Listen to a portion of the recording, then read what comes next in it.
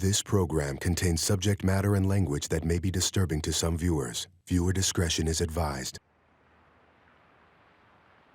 My name is Jamie. I'm 27 years old. I live in Windsor, Ontario.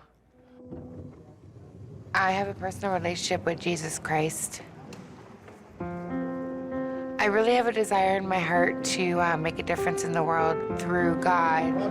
Hello. Just because people are struggling doesn't mean God loves them any less.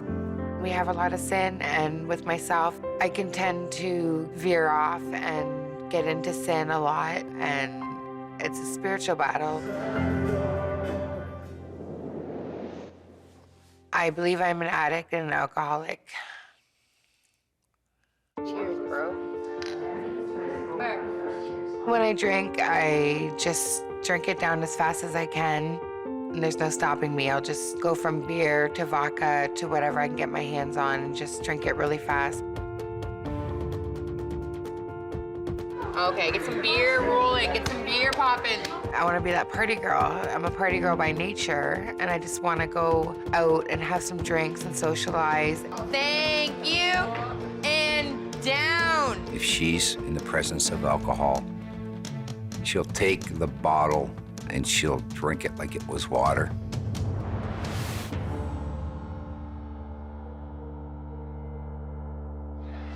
If Jamie doesn't have alcohol, she will go and see if she can get some Coke or if she can get some K, and she'll do other things.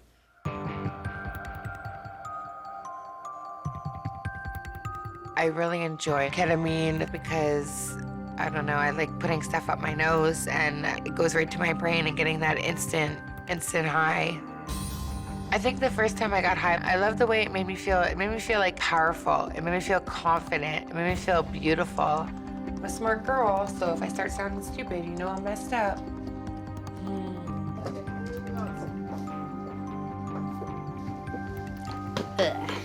It's really dangerous. Can't and beer don't mix. Anything Jamie can get a hold of, she'll use.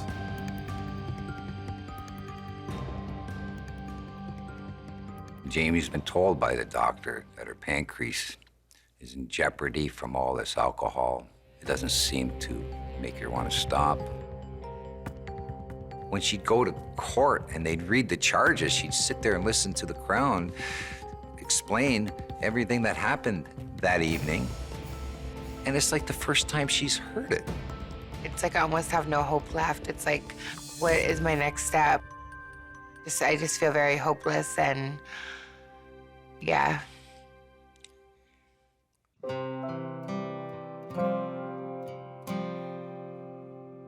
God gifted me with two identical twins. Jamie and Jen, they were always together. They were like each other's best friends. Everybody called them Jamie Fur, both of them. My sister and I were crazy tomboys, so we would play like little boys, like just like destroying everything in our path. Jamie's childhood was out of the norm. Her father was kind of controlling. I would say, like, as a kid, there was some fighting, there was like arguing. Growing up, I remember my dad being very abusive. My parents, they had a rocky relationship. They would fight, and then my dad, he would flip the whole table over, and then he would take off and leave my mom to clean it up.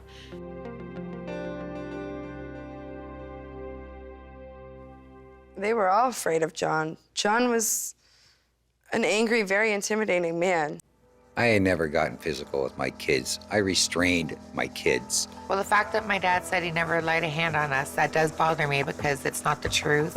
If my kids blame me for being mentally abusive, understandable. I'm sorry. All I know is how to speak loud, clear, and factual.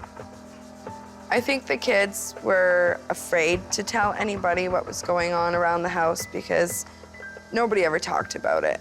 You know, my dad's anger, his temper, that took a huge toll on Jamie. I was struggling a lot with inner pain and anguish, and I didn't want to have to feel it, so I would just drink it away.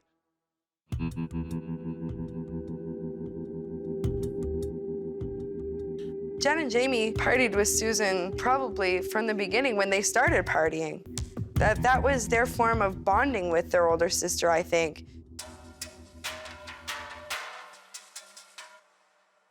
I think what drove Jen and Jamie to work at the massage parlor was the fast money, the easy money. They were young, they wanted money, they wanted to go shopping or do drugs. I would meet clients outside of the massage parlor and have sex with them and for money.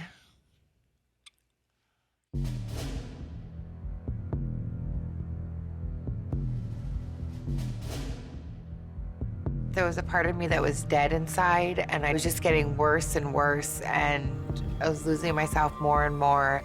It wasn't a good scene at all. I remember she said to me, she's like, I need help. I just remember getting on my hands and knees, and I was bawling, and I'm like, God, please don't let me die. If you let me live, I will never use another drug in my life.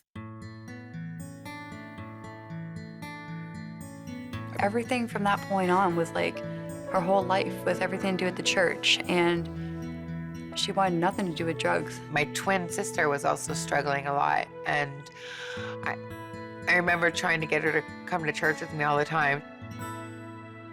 I thought me and Jen were partying and we were having fun and just hanging out, but Jen had a lot more problems than I even knew.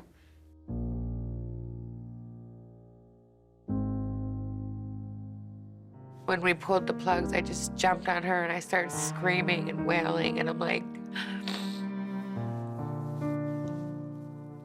no, I want my sister back. I think we died with her that day. On the outside, I appeared to be strong and doing all the right things, but inside I was just melting away. I was dying inside. The whole year of denial and the whole year of bottling it up kind of hit her really hard. And she realized, hey, like my twin, my other half, she's not coming back. The 1-year anniversary, Jamie picked up that bottle and never stopped. She never turned back. I would wake up and I'd be in so much pain that I just needed to drink so I can just have a moment of peace. It's been the last 3 years about, and she just can't quit. Jamie is going to die if she doesn't get help.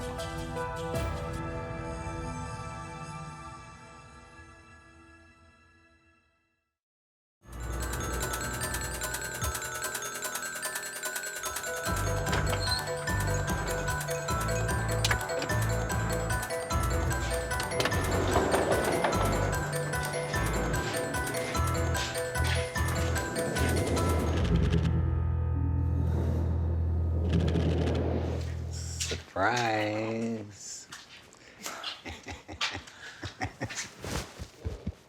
Sit down. My name's Candy Finnegan. Just gonna have a little family meeting and see what we can do to have you have the life that you deserve. Jamie, I have seen your addiction affect your life negatively in the following ways. You're very unhappy. Usually you're so full of life. This addiction is sucking the life right out of you. Jamie, you gotta get that proper help. You have an opportunity now to get that. This is destroying too many people. This sin, this destructive path that you're on is gonna stop. Will you please accept this gift?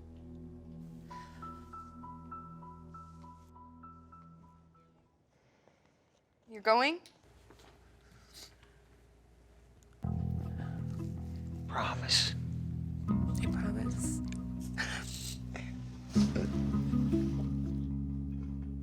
I'm proud of you. I love you. Mwah. I love Very you so proud of much. you. I love Thank you you so for much. everything. Bye.